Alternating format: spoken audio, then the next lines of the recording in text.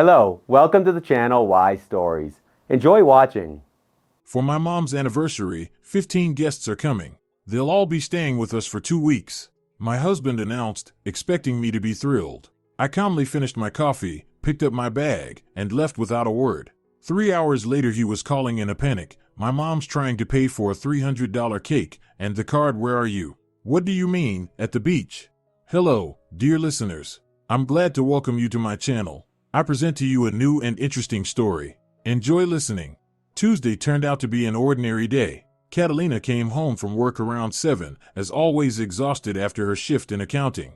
She immediately slipped off her heels and walked into the kitchen. Esteban was already home, sitting on the sofa with his phone in hand. He was scrolling through something, occasionally grunting. The TV was on in the background, showing the evening news, but he clearly wasn't watching. "Are you going to eat dinner?" Catalina asked, taking yesterday's stewed beans with meat out of the fridge. "Yeah," Esteban replied without looking up. She put the pot on the stove, turned on the burner, took out tortillas and warmed them up. Familiar movements, polished by 7 years of marriage into sheer habit. Esteban still didn't lift his eyes from the screen. Catalina set the table, served the food, and called her husband. He came, sat down, and started eating while continuing to type something on his phone. She ate silently, studying his focused expression. "Listen, great news," Esteban suddenly said, putting down his fork and turning to her with excitement. "My mom is celebrating her birthday this Saturday. 60 years. We decided to get everyone together as a family. The first guests will arrive tomorrow, Wednesday. Mom's coming in the morning too. She wants to help prepare everything." Catalina nodded, continuing to eat. Nothing surprising so far. "They're all coming from Guayaquil," Esteban continued, and his voice took on that special tone she had learned to recognize. A warning sign of something big. Grandma Esperanza, Uncle Osvaldo with Rosario, Aunt Graciela, Felipe with his wife and kids, Claudia with her husband in there too, and Rodrigo with his family. Altogether, about 15 people. Isn't that great? Catalina froze with her fork halfway to her mouth. Something cold tightened inside her. 15 people, she repeated slowly. "Well, yeah, our whole family," Esteban smiled. "We haven't all been together in a long time. Mom is so happy. She's already planned everything. The anniversary is on Saturday, a banquet. And before that, they'll all stay with us. We'll talk, prepare, hang out in the evenings. On Sunday we can go to the park if the weather's good." "Wait," Catalina set down her fork. "Where exactly are all 15 of these people going to stay?" Esteban looked at her with mild confusion, as if she'd asked something strange. "Well, with us, of course. Mom already figured it all out. Tomorrow she and Grandma Esperanza will come early. We'll give Grandma our bedroom. She's old, she needs her own space. We'll sleep on the couch in the living room. On Thursday Felipe and his family will arrive. They can take the folding beds there too. Uncle Osvaldo and Rosario fly in Friday morning. They can set up in the kitchen. They're not picky. The rest will manage somehow. It's not the first time." Catalina said nothing. She looked at her husband and tried to understand whether he truly didn't see the absurdity of the situation or was only pretending. "Esteban, we have a 2-room apartment," she said evenly. 50 square meters. 15 people. For 2 weeks. Did I understand that correctly? "Well, 2 weeks for sure. Maybe a little more," he waved his hand. "But what a celebration it'll be. Mom has dreamed of getting everyone together. You understand how important this is for her." Catalina slowly nodded. She understood. She understood a lot. She understood that Beatriz loved organizing events like this and loved having everyone revolve around her. She understood that her son had inherited this trait from his mother, making decisions alone and expecting everyone else to be thrilled. "And you weren't planning to discuss this with me?" she asked quietly. Esteban raised his eyebrows in surprise. "Discuss what?" "This is my mom, my family. I thought you'd be happy. You always say we need to maintain family ties." Catalina nodded again. There was no point arguing. She took her plate, stood up, carried it to the sink. She stood by the window, looking at the evening lights of the neighborhood. Behind her, Esteban had already buried himself in his phone again, typing to someone. Judging by his energy, he was actively discussing the upcoming celebration. Inside her, a reel of memories slowly began to unwind.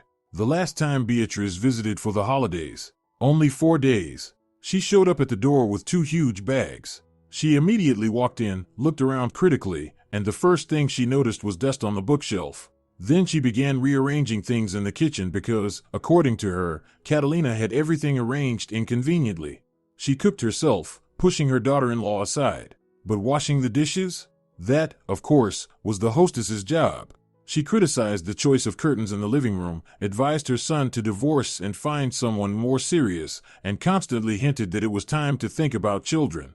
Even though Catalina and Esteban had only recently stopped renting and had taken out a mortgage on their two-room apartment. 4 days turned into a marathon of cooking, cleaning, and holding back irritation. When the mother-in-law finally left, Catalina spent the next day in bed with a migraine. Esteban was baffled. Mom worked so hard, cooked, helped, and you're ungrateful. And then there was the incident 3 months ago.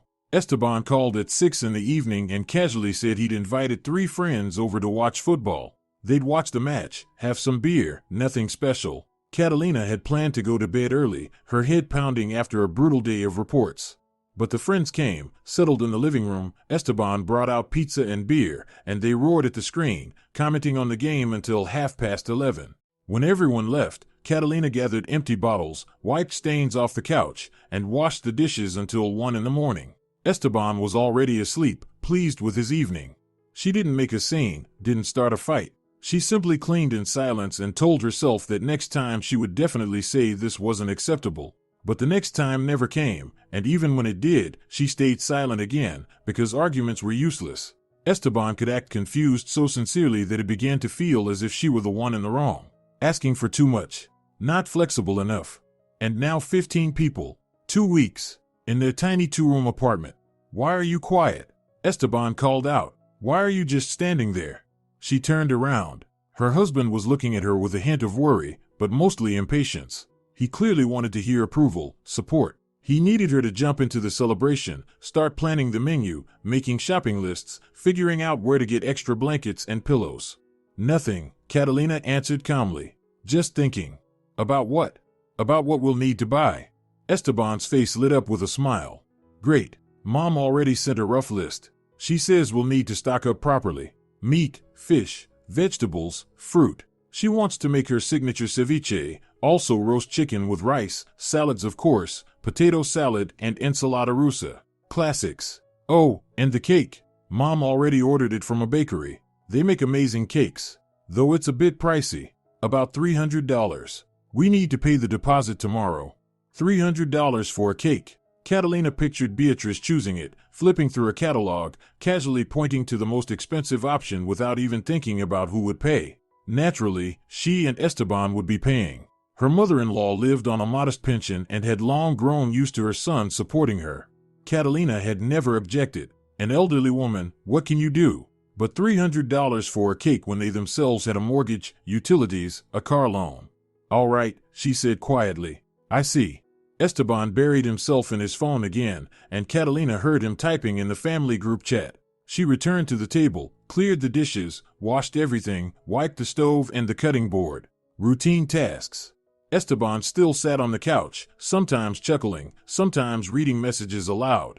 Uncle Osvaldo is asking if he can bring rum, he announced. I told him of course. And Grandma Esperanza wants pureed soup. She doesn't chew solid food well. We'll need to make some. Catalina dried her hands with a towel, hung it neatly on the hook. Something inside her was shifting slowly, like a switch moving from one position to another. She wasn't angry. Anger demanded too much energy, and she didn't have any. There was only cold calculation and unexpected clarity. Esteban, did you even think for 1 minute about how I'm supposed to cook for 15 people every day? She asked, turning to him. He looked up from his phone, blinked. Well, Mom will help. She loves cooking. And Aunt Graciela, maybe. She's pretty good in the kitchen too. Catalina gave a short smile. Beatrice did love cooking, but only in the mode of a head director, with everyone around her rushing and following her instructions. And Aunt Graciela constantly complained of migraines and, at best, chopped a salad. The real work would fall entirely on Catalina. That much was obvious. I see, she repeated. You're acting strange today. Esteban frowned. Did something happen? No. Everything's fine, Catalina shook her head. Just tired. I'll go to bed early. All right, I'll stay here a bit and finish a couple of episodes, he said, already returning to his phone. Catalina went into the bedroom and closed the door. She sat on the bed and looked at her reflection in the wardrobe mirror. Her face was tired, shadows beneath her eyes. She was 32, but sometimes it felt like much more. 7 years of marriage that had turned into a chain of compromises where she always yielded. Esteban wasn't a bad person. He didn't drink, didn't cheat, didn't raise his hand. He simply lived in a world where his desires and plans automatically became shared ones, where his wife's opinion was something optional, pleasant, but not decisive. She lay down and pulled the blanket over herself. From the living room came the sound of the TV. Esteban was watching something, probably a comedy. She could hear laughter. Catalina closed her eyes. 15 people. 2 weeks. Cooking, cleaning, laundry, endless dinners. Children running around the apartment. A mother-in-law who would command and criticize. And she, Catalina, would silently endure it all, because that was expected, because this was her husband's family, because she was supposed to be a gracious hostess.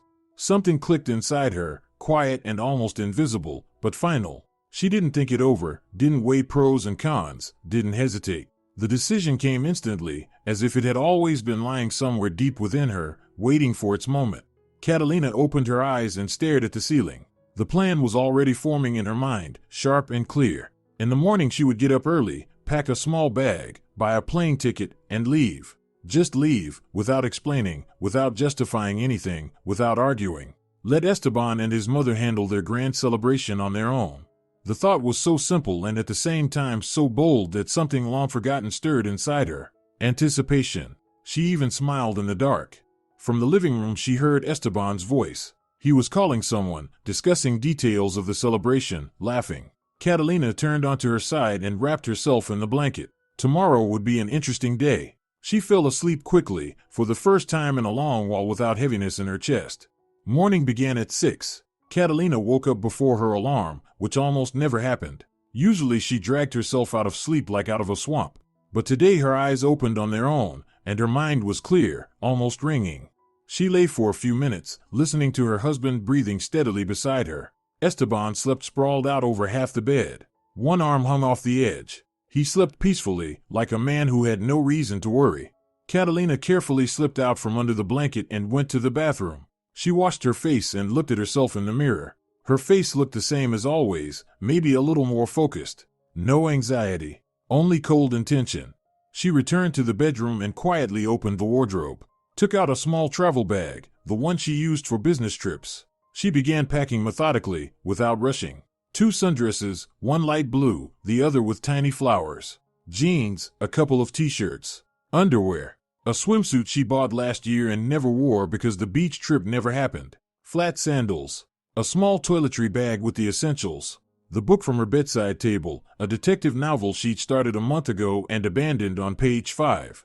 Documents, bank card, phone, charger.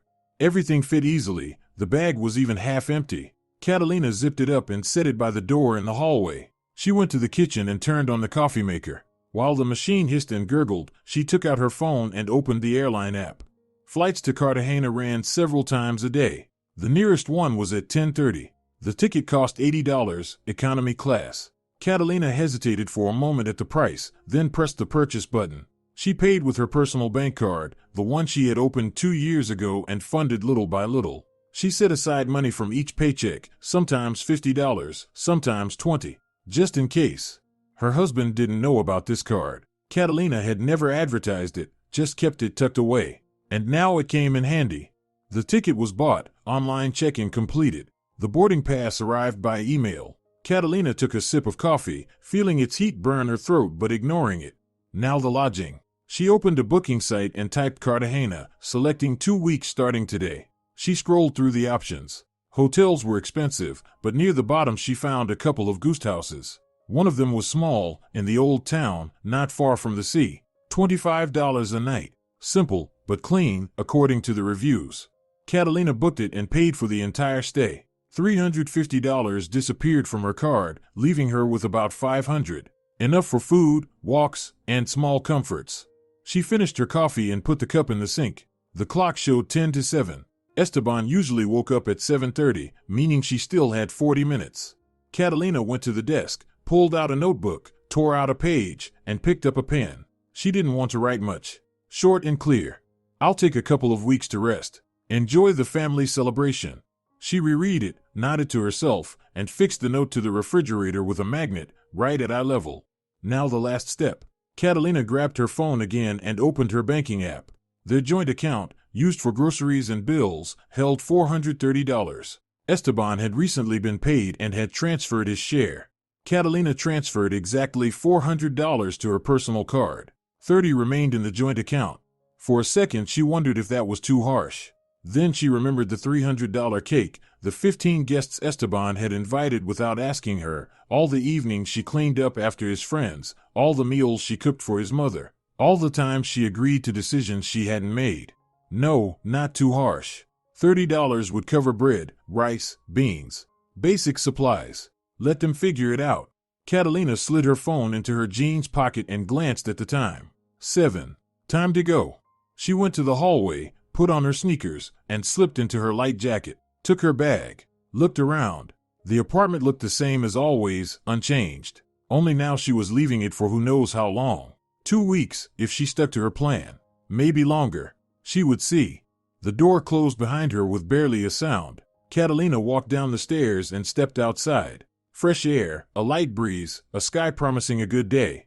She called a taxi through the app and gave the driver the airport address. He turned out to be quiet, which suited her. Catalina gazed out the window, watching familiar streets, buildings, bus stops slide past.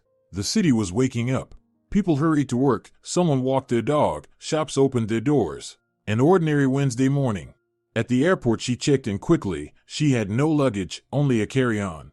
There weren't many people around. It was a weekday, not yet the tourist season. Catalina bought a coffee from a vending machine and sat in the waiting area. Her phone lay in her pocket. She didn't take it out. She had switched it to airplane mode ahead of time. Let it stay that way for a couple of hours. Boarding was announced. Catalina stood up, walked to the gate, showed her boarding pass, and climbed the steps into the plane. A window seat, middle of the cabin. She sat down, buckled in, leaned back.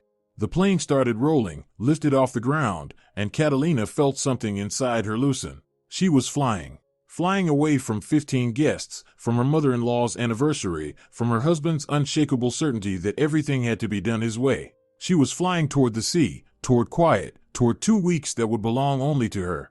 A flight attendant walked down the aisle offering water and magazines. Catalina took a cup of water and sipped it. Clouds drifted past the window, and below lay a patchwork of fields, forests, rivers.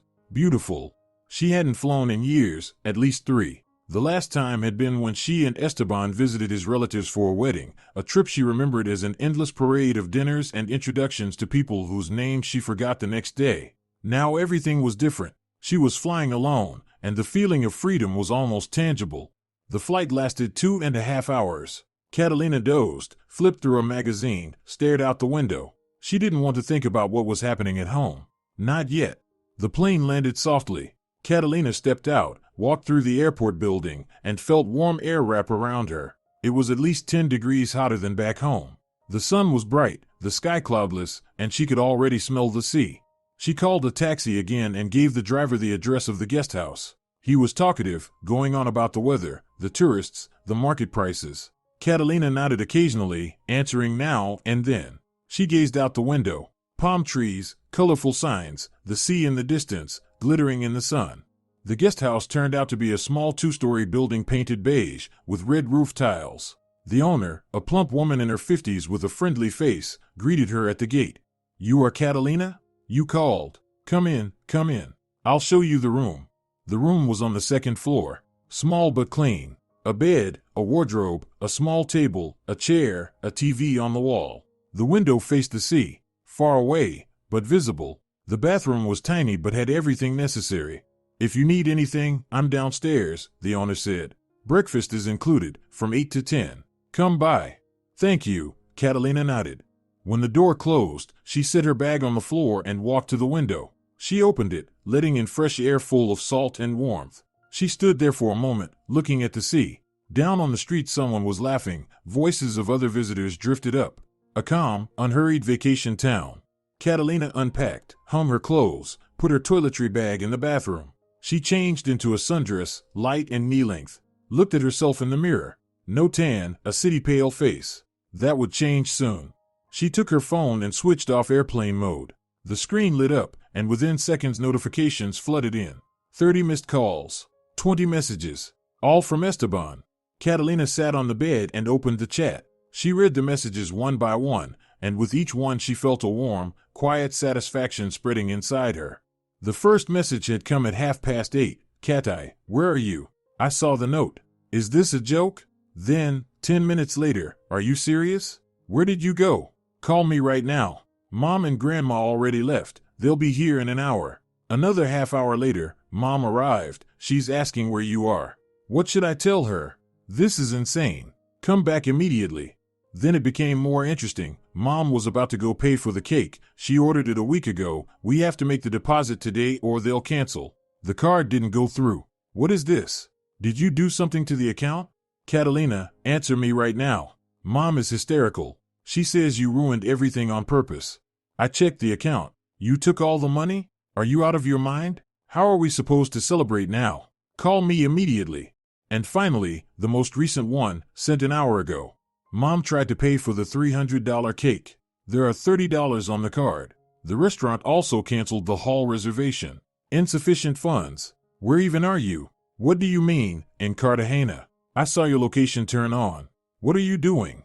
Catalina smiled slowly. She hadn't turned on location services on purpose. Her phone had simply shown her new city automatically when she left airplane mode. But the effect was perfect. She typed a short message, having a wonderful time. You'll manage. She sent it. The phone immediately vibrated. Esteban was calling. Catalina declined the call. He called again. She declined again.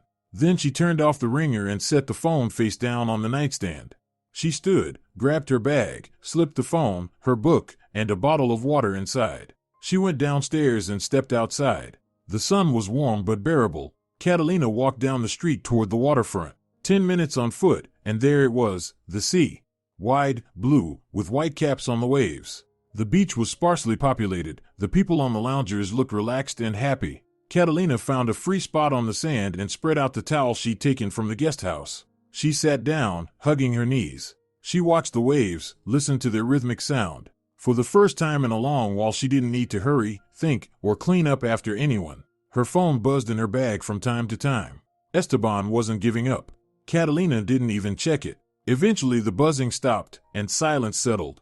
She stayed on the beach until evening, swimming, lying in the sun, reading her book.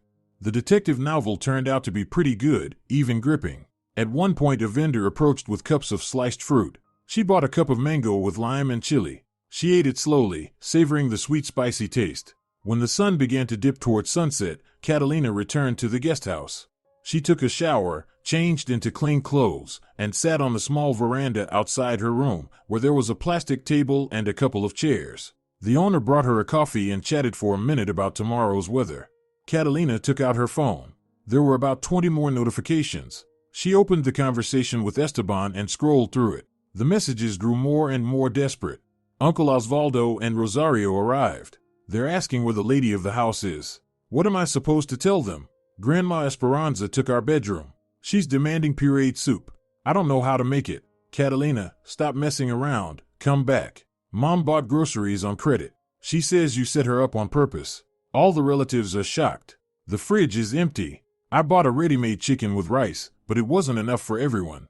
Aunt Graciela says she has a migraine. The kids are screaming. This is a nightmare. Please come back. I get it. You're upset. I'm sorry. Let's talk it through calmly. Catalina replied only to the last one. We'll talk in 2 weeks. She took a photo of the sunset, the sea, the sky in pink and orange shades, palm silhouettes. She sent it in response to his message. No comment. Esteban sent a series of messages, but she didn't read them, just blocked notifications from him for now. The evening was warm and quiet. Catalina sat on the veranda, sipping her coffee, watching the sky grow dark and the stars appear. Downstairs someone had turned on music, low voices and laughter floated up. Life went on, steady and peaceful. She thought about what was happening at home. Imagined Esteban rushing around the apartment, trying to please everyone at once. Beatrice sitting on the couch, arms crossed, barking orders. But the orders were useless because there was no one to carry them out. Uncle Osvaldo and Rosario exchanging looks, clearly disappointed by the level of hospitality. Grandma Esperanza demanding attention. Children running wild, knocking things over. Chaos. Total, absolute chaos. And here she was, by the sea, drinking coffee and looking at the stars. Catalina finished her coffee, went inside, lay on the bed, and pulled a light blanket over herself. She turned on the TV and found some movie, but didn't bother following the plot. She just watched it, relaxed. Her phone was on the nightstand, lighting up now and then with new messages. She didn't check. She'd read them tomorrow, or the day after. Catalina fell asleep easily, sinking into a deep, dreamless, peaceful sleep. For the first time in many months, she didn't wake up in the middle of the night, didn't lie there replaying tomorrow's tasks. She slept the way people sleep when they have no worries. In the morning, she woke to sunlight slipping through the curtain. Catalina stretched, got up, and walked to the window. The sea sparkled under the early light, seagulls circled above the water. It promised to be a good day. She got dressed and went downstairs for breakfast. In the small dining room on the first floor, a few guests were already seated, an elderly couple, a family with a child. The owner carried out plates of eggs, arepas, and fruit. Catalina took eggs with arepas and a coffee and sat by the window. She ate slowly, enjoying every bite. After breakfast, she went back to her room, grabbed her swimsuit, towel, and book, and headed to the beach again. The day passed just like the previous one, full of ease and quiet. Catalina swam, sunbathed, read. Her phone stayed in her bag. She only turned it on to check the time. There were even more messages from Esteban, but she had no desire to read them. What was the point? She wasn't going back early. By lunchtime, she grew hungry and stopped at a cafe on the waterfront. She ordered grilled fish with fried plantains and salad, and a passion fruit juice. She ate while looking at the sea. At the next table, a group of young people were talking loudly and laughing. Catalina listened with half an ear, smiling. Life was going on, and it felt good that she had finally allowed herself to be part of it instead of just watching it through the window of her own exhaustion. In the evening, back at the guest house, she finally decided to read what her husband had written. She sat on the veranda with a glass of wine she'd bought at the little store down the street and opened the chat. The messages were even more chaotic. Catalina, this isn't funny anymore. Mom is crying. She says you ruined her celebration. Grandma Esperanza took our bedroom and wants pureed soup. I don't know how to make it. Aunt Graciela and Uncle Osvaldo with Rosario arrived this evening.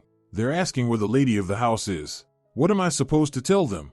Felipe arrived this Thursday morning with his wife and kids. The kids are screaming like crazy. Aunt Graciela is lying down with a migraine, asking for silence. I don't know what to do. Felipe and his wife fought. She wants a separate room. We don't have a separate room. Everyone is sleeping wherever. I tried to make soup for Grandma Esperanza. Burned the pot. She refuses to eat the store-bought chicken because she has stomach issues. Mom went to the supermarket and grabbed $200 worth of groceries. She had only $90 on her card. We had to put half of it back at the register in front of everyone. Aunt Graciela saw. Mom is crying from shame. Are you happy now? Catalina, I'm begging you, come back. I admit it, I was wrong. I should have asked your opinion. Please come back. Catalina sipped her wine and thought. The last message was finally getting to the point. He was beginning to understand. But it was only a beginning. She replied, Esteban, I didn't leave because I was offended. I left because you made a decision for both of us. 15 people in our apartment for 2 weeks. That's a disaster, not a celebration. And you didn't even think to ask whether I was ready for that. So let your mother and all your relatives enjoy the hospitality you so generously promised them. I'm enjoying the sea. She sent it. A minute later a reply arrived. I understand everything now, really. Just come back. We'll fix the situation. In 2 weeks, Catalina wrote and blocked notifications again. She finished her wine while watching the sunset. The sea darkened, turning almost black. The sky shifted into deep blues and violets. Beautiful. She took out her phone and snapped another photo. This one she didn't send to Esteban. This moment belonged to her. Only her. Day slid into evening. Evening into night. Catalina took a shower and went to bed. Sleep came easily again, wrapping her in a soft layer of calm. Here, by the sea, far from all her problems, she could finally breathe freely. The third day in Cartagena began with her waking to the sound of her phone ringing. Half asleep, she reached for it on the nightstand and glanced at the screen. Esteban. Again. She rejected the call and checked the time. 7:30. It was 7:30 at home, too, which meant her husband hadn't slept all night or had woken up at dawn in full panic. Catalina stretched, got out of bed, and walked to the window. She pushed it open, letting fresh sea air rush into the room, carrying the smell of salt and seaweed. The sun was already above the horizon, promising a hot day. She stood at the window for a moment, looking at the sea, then finally picked up her phone and opened the messages. About 20 had piled up overnight. Catalina sat on the edge of the bed and began reading. The first few were from Esteban, sent late the previous evening. Catalina, today was a nightmare. Mom tried to cook but nothing worked. The rice and chicken burned. Everyone ate with sour faces. Grandma Esperanza fell in the bathroom. Thank God she didn't hurt herself badly, but now she demands that someone stay with her at all times. I can't be everywhere at once. The kids broke your favorite vase. I'm sorry. I tried to calm them down, but they don't listen. Their parents don't do anything either. They say the kids are just energetic. Then the messages started arriving one after another in the middle of the night, spaced 10 or 15 minutes apart. Uncle Osvaldo and Rosario said they will leave early. It's uncomfortable for them to sleep in the kitchen, and Rosario's back hurts. Mom threw a fit and blamed me for not being able to organize basic things. Aunt Graciela locked herself in the bathroom and is crying. She says she has a migraine from the kids screaming and she can't take it anymore. Mom accused her of always being a complainer. Felipe fought with his wife in front of everyone. She said she'll never come to this house again. Mom got offended and said it's all because of you, that you sabotaged the celebration on purpose. I'm exhausted. I haven't slept properly for 3 days. The apartment is a disaster, stuff everywhere, dirty dishes. The kids spilled juice on the couch. I don't know how to clean it. Catalina scrolled slowly through the messages, and inside her grew a strange feeling. Not gloating, but a quiet sense of correctness. A sense that everything was unfolding exactly as it should. She had warned them. Well, not out loud. But any reasonable person would have understood that hosting 15 guests for 2 weeks in a small apartment was insanity. Esteban didn't understand. Beatriz didn't understand. Now they were dealing with the consequences. The last message had arrived at 6 in the morning. Catalina, I'm begging you, come back for at least a couple of days and help bring order. I'll pay for your return flight. I'll do whatever you say. Just come back. This is a disaster. She hesitated, wondering if she should reply. Then finally typed, No, handle it yourselves. Catalina put her phone aside and went to shower. She stood under the water for a long time, washing away the last of her sleep.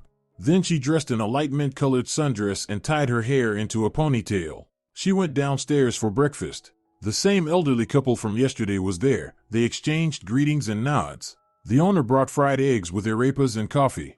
Catalina ate while looking out the window where branches of a bougainvillea swayed, covered in bright pink blossoms. After breakfast she packed her beach bag, grabbed her book, and headed to the sea again. The day promised to be as peaceful as the previous two, but it didn't turn out that way. Her phone rang just as Catalina settled into her favorite spot on the beach. She looked at the screen. An unknown number. She considered ignoring it, but curiosity won. Yes, she answered. Catalina. Came a familiar voice that sent chills down her spine. Beatriz.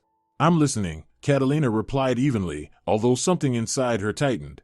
How dare you? Her mother-in-law's voice shook with fury. You ran away at the most important moment. You ruined my anniversary. All the relatives are in shock. They arrived and found no proper food, no order, not even basic conditions. Do you have any idea what you've done? Catalina stayed silent, listening to the tirade. Beatriz continued, not giving her a chance to speak. I dreamed of this celebration my whole life. To gather the whole family, to show that I have a wonderful son, a wonderful daughter-in-law, that we are close and happy. And you ruined everything. You're selfish. You think only about yourself. Beatriz Catalina interrupted her calmly. Are you finished? Her mother-in-law fell silent for a second, clearly stunned by the tone. What? I'm asking if you've finished your speech, Catalina repeated. Because if you have, then I have something to explain. Esteban invited 15 people to our 2-room apartment for 2 weeks. He didn't ask for my opinion. He didn't even consider that it might be a problem. You wanted a grand celebration? Wonderful. But it was up to you and your son to organize it, not me alone. I'm not obligated to pull someone else's cart just because you decided so. How dare you? Beatriz's voice jumped an octave. I'm your mother-in-law. You must respect your elders. Respect is mutual, Catalina replied. You've never respected me, my opinion, or my effort. Every time you visited, I cleaned up after you, cooked, washed dishes. You never said thank you, only criticized. So excuse me, but this time I chose to take care of myself. Enjoy your celebration. She ended the call. Her hands were trembling. Her heart was pounding. Catalina set the phone down on the towel and pressed her palms to her face. Deep inhale, exhale. Again. Slowly her pulse returned to normal. She hadn't expected to say all that out loud. She hadn't planned it. But the words burst out on their own. And now that they were spoken, she felt lighter. Much lighter. The phone rang again. Same unknown number. Catalina declined the call and blocked it. A minute later another number. Beatrice again, apparently using someone else's phone. Catalina declined and blocked that one too. Then a message from Esteban appeared. Mom is hysterical. She says you were rude to her. Is that true? Catalina thought for a moment, then wrote simply, I told the truth. If the truth is rude to you, then yes. Esteban didn't reply. Catalina spent the whole day at the beach. She swam, sunbathed, read her book. The detective novel was approaching its climax, and she couldn't put it down. At some point a woman around 40 approached her, apparently also vacationing alone. They ended up talking about the weather, the sea, about how good it feels sometimes to be by yourself. The woman said she comes here every year for a week without her husband and kids, just to reset. Catalina listened and thought that this was the right approach. Everyone needs personal space, time for themselves. By evening she returned to the guest house, showered, changed, and walked to a small cafe on the waterfront. She ordered ceviche and a glass of white wine. She ate slowly, savoring the taste, watching the sun sink behind the horizon, painting the sky in shades of red and gold. Her phone lay in her bag. She didn't take it out. She knew there were probably another dozen messages from Esteban, maybe some from his relatives. But she didn't want to read them. The evening was too good to ruin it with other people's problems. When she returned to her room, it was already dark. Catalina turned on the TV, found some old movie, and settled on the bed. Only after the movie ended did she pick up her phone and open her messages. There were many. From Esteban, from his cousin Felipe, even from Uncle Osvaldo. Esteban wrote chaotically, panic seeping from every line. Catalina, Mom is in bed clutching her chest. She says you'll give her a heart attack. I called the ambulance. The doctor said it's stress. But she needs rest. Rest. And we have a crowd of relatives, kids, chaos. What am I supposed to do? Uncle Osvaldo and Rosario left this morning. They didn't even say goodbye properly. Mom is crying, saying she's been humiliated in front of the whole family. Aunt Graciela is leaving too. She says this isn't a vacation, it's torture. Felipe and his wife keep fighting. Their kids destroyed half the apartment. I don't know how to stop all this. Catalina read and felt her certainty grow stronger. She had done the right thing. If she had stayed, all this madness would have fallen on her shoulders. She would have cooked, cleaned, mediated, comforted, and in the end still been blamed. Because the soup wasn't pureed enough, because the children were too loud, because there wasn't enough space. Felipe's message was short. Catalina, I get it. This isn't your fault. Esteban and his mom went too far. Sorry you got dragged into this circus. Paloma and I are leaving tomorrow. Catalina smiled. At least someone in that family had sense. Uncle Osvaldo's message was more formal. Catalina, Rosario, and I have left. The conditions were unsuitable. I think next time it's better to meet at a restaurant or neutral location. All the best. She replied only to Felipe, thanks for understanding. Safe travels. She didn't answer the others. But she wrote to Esteban. Esteban, I warned you. No, I didn't say it out loud. But you should have understood. 15 people in our apartment is absurd. Your mother wanted a celebration? Next time she can rent a banquet hall or restaurant. A home is not a hotel. And I am not staff. I'll be back in a week and a half. Until then, handle things yourselves. She sent it and turned off notifications entirely. Enough. She had given him a chance to realize what he'd done. Whether he had the sense to understand or not would show with time. Catalina turned off the lights and lay down. Outside, the sea murmured steadily and soothingly. She closed her eyes, and sleep came almost instantly. The following days passed in their own rhythm. Catalina swam, sunbathed, walked along the waterfront, stopped in little shops, bought souvenirs, a fridge magnet with a view of the sea, a pretty seashell, a handmade bracelet. She ate in cafes, tried local food, arepas, patacon, fresh fish with coconut rice. She read books she had downloaded to her phone. She chatted with other tourists, but didn't grow close to anyone. She liked this light, surface-level interaction without obligations or expectations. She checked her phone once a day, in the evening. Messages from Esteban still came, but fewer each time, and the tone shifted. First panic, then irritation, then exhaustion, and finally something that resembled resignation. On the 5th day he wrote, "Almost everyone has left. Many couldn't take it anymore and went home right after the anniversary, even though they planned to stay until Tuesday. Only Mom, Grandma Esperanza, and Aunt Graciela are left. They want to stay a few more days." Catalina didn't reply. On the 7th day, Aunt Graciela left. She said she's never coming again. Grandma Esperanza demands to be taken home, but Mom wants to stay until the end is planned. They keep arguing. I'm caught in the middle. Again she stayed silent. On the 10th day, Mom and Grandma left. Finally, the apartment looks like a war zone. The couch is stained, the carpet is ruined, there's a mountain of dirty dishes in the kitchen that I haven't even tried to wash these last days. The fridge smells, I don't know why. Catalina, I get it. I get that I was wrong. I get that I shouldn't have done this. I'm sorry. When are you coming back? Catalina read it and wondered, did he really understand? Or was he just exhausted and hoping she'd come back and clean everything? Time to test it. She wrote, I'll be back in 4 days, as planned. Start cleaning the apartment yourself. If it's a mess when I arrive, I'll turn around and leave again. For a long time. The reply came almost immediately, okay, I'll get everything ready. I promise. Catalina smiled. We'll see. She spent the remaining days in Cartagena in the same peaceful rhythm. Sea, sun, quiet. She tanned, rested, slept well. She felt reborn. Her energy returned, and with it a confidence she had lacked for years.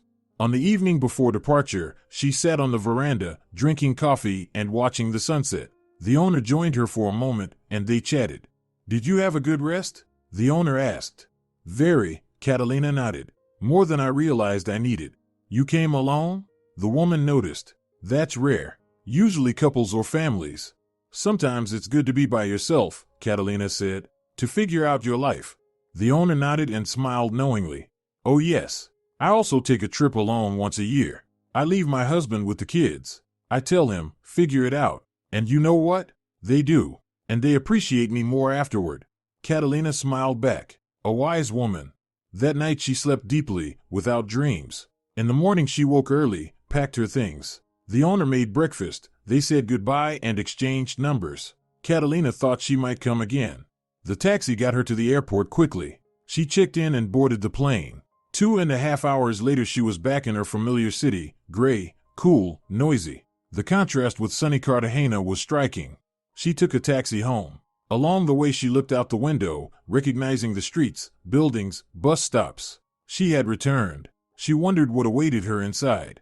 The taxi stopped at her building. Catalina paid, got out, took her bag, and went upstairs. She found her keys, the same one she had left on the dresser 2 weeks ago. Apparently Esteban had found them and put them back. She unlocked the door and stepped inside. The first thing she noticed was cleanliness. Not perfect, but decent. The floor was washed, things put away, the kitchen in order. Esteban had truly made an effort. Catalina walked farther in and looked into the bedroom. The bed was made, clothes put away. The bathroom was clean too, though it smelled strongly of bleach. Apparently her husband hadn't spared cleaning supplies. In the living room, on the couch, sat Esteban. When he saw her, he stood up. He looked tired, worn out, with dark circles under his eyes. He wore old jeans and a wrinkled t-shirt. They stared at each other in silence for several seconds. Hi, he said finally. Hi, Catalina replied, setting her bag by the door. You got a tan. Esteban tried to smile, but it came out crooked. Yes, she nodded. The weather was good. Silence again. Esteban shifted from foot to foot, clearly unsure what to say.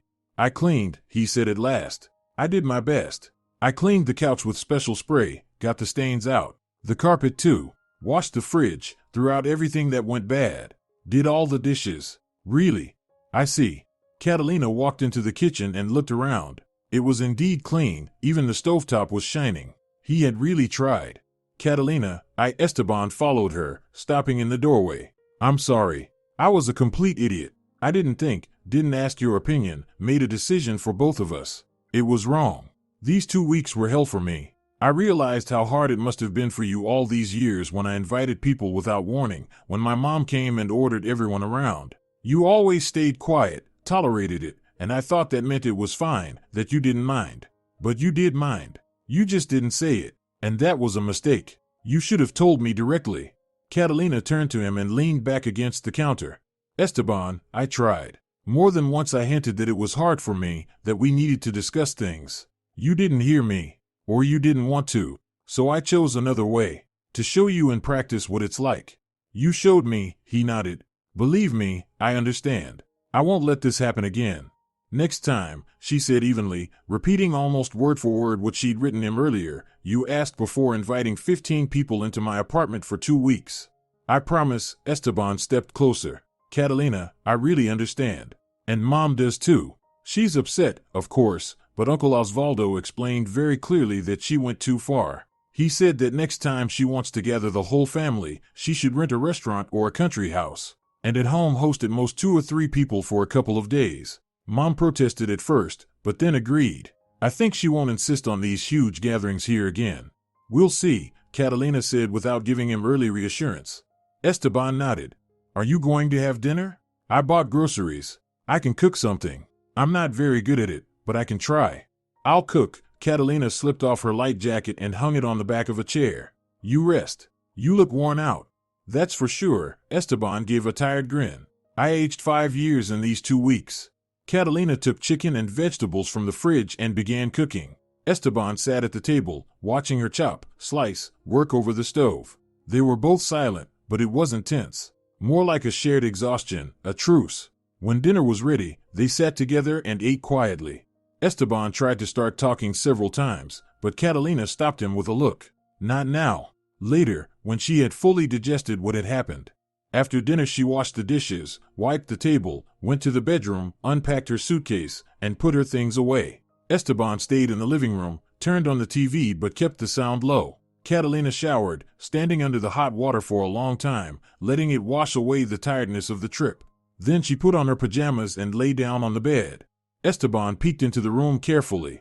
Do you mind if I lie next to you? He asked softly. Go ahead, Catalina nodded. He lay down, not touching her, keeping a little distance. They stayed like that in silence for about 10 minutes. Catalina, he said at last, I really did understand everything. And I want you to know this. Next time, if something bothers you, tell me right away. Don't stay silent, don't endure. I need to know what you think. Otherwise I'll keep being clueless, like I've been all these years. All right, she replied. I'll tell you. And one more thing, Esteban continued. Every year, if you want, you can go on vacation alone. For 2 weeks, like now. I won't complain. I realized how important it is to have your own time, your own space. Catalina turned to him and looked into his eyes. He spoke seriously, without pleading or dramatics. Just stating a truth. Thank you, she said. Maybe I will. Esteban nodded and reached to turn off the light. They lay there in the dark, each on their own side of the bed. Catalina closed her eyes, feeling her body relax as sleep approached. 2 weeks in Cartagena had changed something inside her. She was no longer the quiet, patient wife who swallowed grievances and pretended everything was fine. Now she had boundaries, and she wasn't going to let anyone cross them. And Esteban, it seemed, had truly learned his lesson. Time would show for how long. But for now, falling asleep in her own bed, in her own home, Catalina felt calm. Because she knew that if she ever needed to, she could pack her bag and leave again. And that knowledge gave her strength. The sea murmured in her memory, and she smiled as she drifted off to sleep. The first days after her return passed surprisingly quietly. Esteban really had changed. He started asking her opinion about everything, from buying a new coffee maker to weekend plans. Sometimes Catalina felt he was overdoing it, checking in even about small things, but she understood. He was afraid of messing up again. Afraid she would pack her suitcase and leave. And that was fine. Let him be afraid. Let him remember. The apartment slowly returned to normal life. Catalina found a few more traces of the recent invasion, a scratch on the coffee table, a stain on the hallway wallpaper that Esteban had tried to clean and only smeared. But she stayed silent. After all, he tried his best to straighten things out, and these little damages were a useful reminder of what had happened. Let them stay. Beatriz didn't call for a week. Then she called Esteban. The conversation was short. From her husband's face, Catalina realized his mother was still sulking. After he hung up, he sat there looking gloomy, then said, Mom says you're not calling her. So what? Catalina asked without looking up from her book. Well, she thinks you should apologize for ruining the celebration. Catalina lifted her eyes from the page and looked at her husband for a long moment. Esteban, I'm not apologizing for anything. You and your mother should apologize to me, but I'm not asking for that. Just tell her not to expect me to drop everything and serve a crowd of relatives ever again. Esteban nodded and sighed. I've already explained that to her several times. She seems to understand, but she's still hurt. She says you've changed. I have, Catalina said, and that's good. The conversation ended there. Beatriz didn't bring up apologies again, though a month later, when she called Catalina directly, her voice was cold as ice. Catalina, I want to visit for a couple of days next week. I hope you don't mind. Catalina smirked inwardly. How polite. Before, her mother-in-law simply announced her arrival without asking. Beatriz, we're actually planning to do some renovations next week, she lied without the slightest hint of guilt. They'll be painting the walls, everything will be dusty. Maybe next month? Next month I have a class reunion, Beatriz replied stiffly. Well, fine, another time then. She hung up without even saying goodbye. Esteban, who had overheard the conversation, gave his wife an embarrassed look. We're not doing any renovations, he said. I know, Catalina nodded. But your mother still isn't ready to come here with any respect. Let her think about it a little longer. Esteban opened his mouth as if to argue, then closed it. He nodded. He didn't push the subject. Another 2 weeks passed. Catalina returned to work into her usual life. Her co-workers immediately noticed she changed, tanned, rested, with a new light in her eyes. Her boss, Marisol, a practical woman with a talent for reading people, invited her to lunch at a cafe near the office. When they sat down at a table in the corner, she asked bluntly, Catalina, where did you disappear to? You took 2 weeks off, said it was for family reasons. But you came back looking like you've been on vacation. Catalina smiled and sipped her coffee.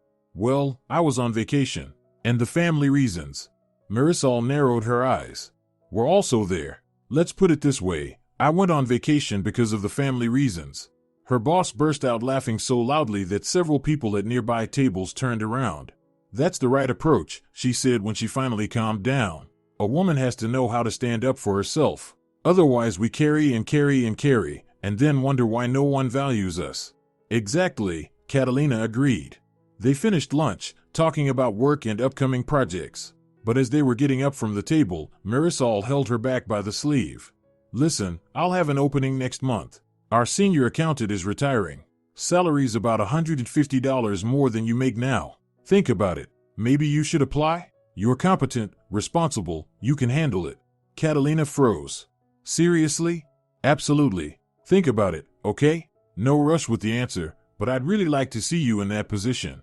Catalina walked back to her office, thoughts racing. A promotion. More money, more responsibility, but also more independence. Her own bank card with a solid salary coming in. She'd be able to save even more for emergencies. For that moment when she might need to leave again. Or even start a new life altogether, if it came to that. That evening at home she told Esteban about the offer. He brightened. That's great. Of course take it, you've deserved a promotion for a long time. I'll have to work more, Catalina warned him. Stay late sometimes. Nothing terrible, I can handle it, Esteban nodded. Heating up dinner or buying ready-made food isn't a problem. Catalina smirked. Had he truly changed, or was he just trying, while the memories of that nightmare were still fresh? Either way, she accepted the offer. A month later she started her new position, and work swept her up completely. There were new tasks, new people under her, responsibility for an entire department's reports. It was difficult, but interesting. Catalina felt herself growing professionally, gaining confidence not only in her personal life but in her career as well. At home Esteban tried. Sometimes he even cooked dinner. True, his culinary range was limited to rice with eggs or fried plantains, but the effort mattered. He started cleaning up after himself, washing dishes instead of leaving them for her. Asked if she needed help. Didn't invite friends over without warning. Beatriz resurfaced after 3 months. She called, and this time her voice was softer. Catalina, I'd like to visit. Not for long, 3 days maybe, if it's convenient for you, of course. Beatriz, let's do this, Catalina replied calmly. You can come for the weekend, from Friday to Sunday. But no lecturing, no criticizing my cooking or cleaning, no rearranging my kitchen. Agreed? There was a pause. Catalina could almost feel her mother-in-law wrestling with herself on the other end of the line. Agreed, Beatriz said at last. She arrived Friday evening. Esteban picked her up from the bus station, while Catalina stayed home preparing dinner. When they came in, Beatrice greeted her stiffly but without hostility. She went to the room where Esteban had made up the sofa for her and unpacked her things. Dinner passed in relative silence. Beatrice ate, nodding occasionally, but made no comments. Once she opened her mouth as if to say something about the salad, but then thought better of it. Esteban glanced nervously between his mother and wife, bracing for an explosion that never came. The next day Catalina went out, met with a friend she hadn't seen in a while, sat in a cafe, chatted. When she came back in the evening, she found a pot of Beatrice's signature sancocho cooling on the stove. "I thought you liked sancocho," her mother-in-law said when Catalina walked into the kitchen. "So I made some." Esteban helped. "Thank you," Catalina said. "We'll try it tomorrow." Beatrice nodded and wiped her hands on a towel. Catalina, she hesitated, fell silent, then continued.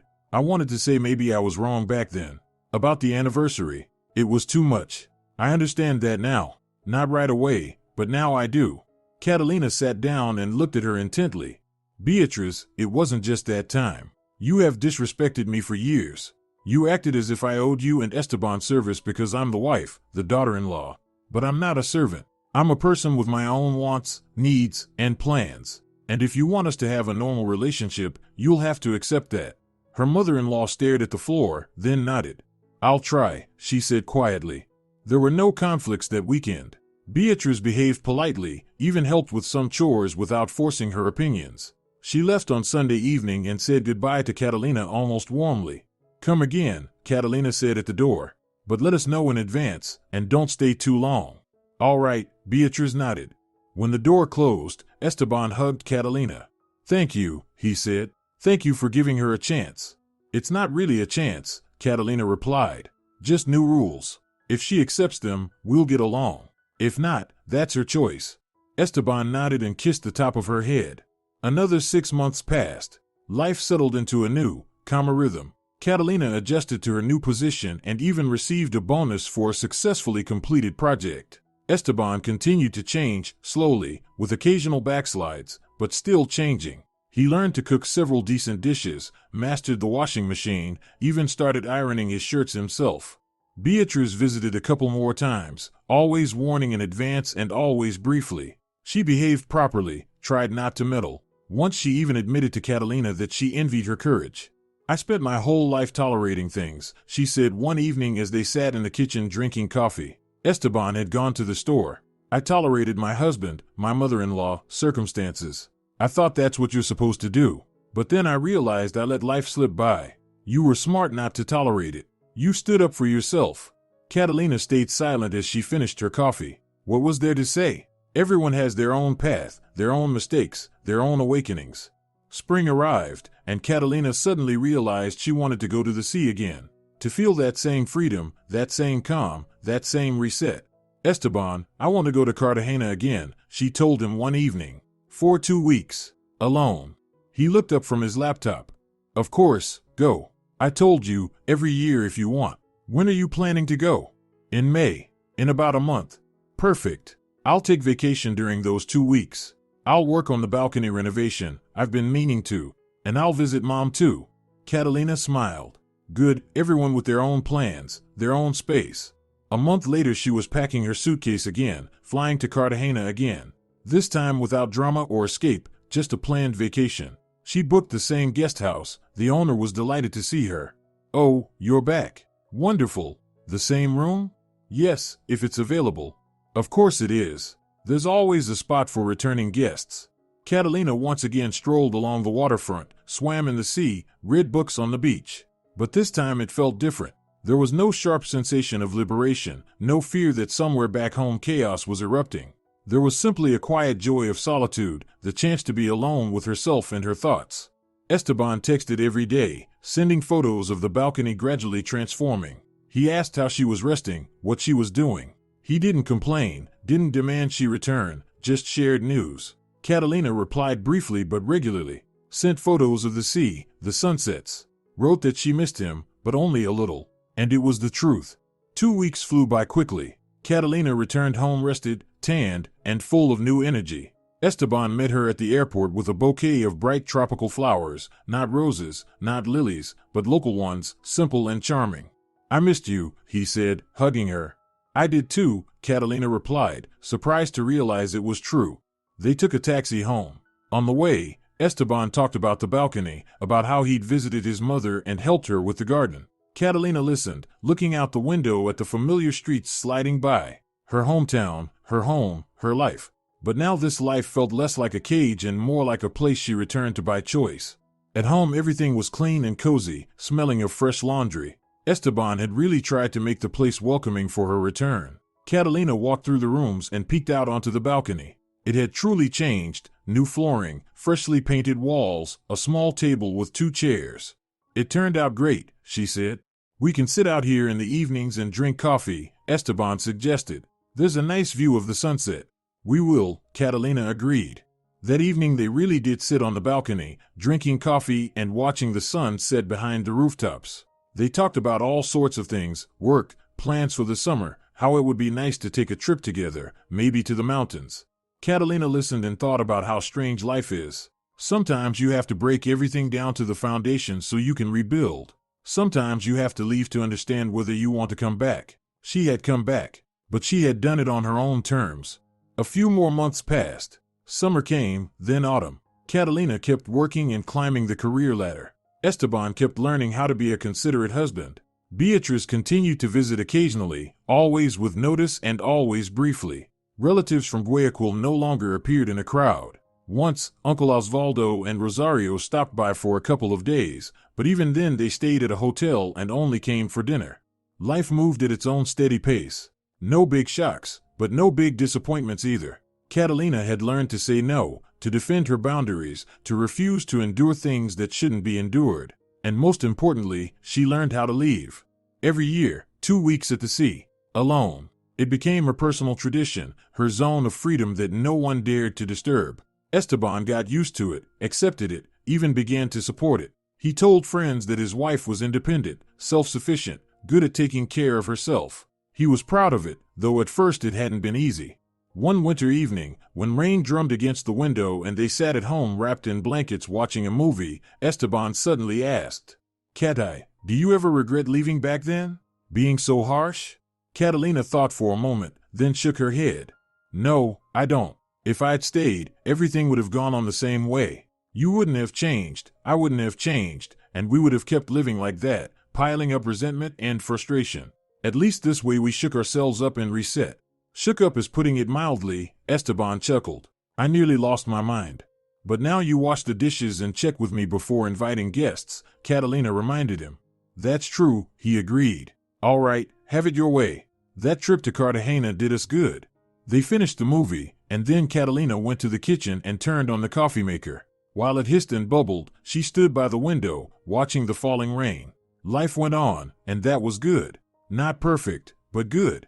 She had a job she liked, a husband learning to respect her, and personal space she had fought for. And every year, the sea. 2 weeks of quiet, peace, and freedom. Her own small island, where no one could tell her what to do. The coffee maker sputtered, finishing its cycle. Catalina poured the coffee into 2 cups, added sugar, and brought one to Esteban. "Thanks," he said, taking it. "You're welcome," she said, settling beside him. Outside, the rain kept falling, soft and steady, washing over the city. Inside, the apartment felt warm, cozy, calm. Catalina sipped her coffee, listening to Esteban talk about work, and thought that sometimes you only need one thing, the strength to say enough and walk away. Even if only for a while. Even if only to the sea. Because once you know you can leave, coming back becomes easier. You return because you want to, not because you must. And that makes all the difference. Catalina finished her coffee and set the cup on the table. She looked at her husband, who was scrolling through something on his phone, then glanced at the window again. Rain kept falling, soft and endless, and there was something peaceful in that. Life went on, and it was good. If you're enjoying it as well, leave a like and subscribe to the channel.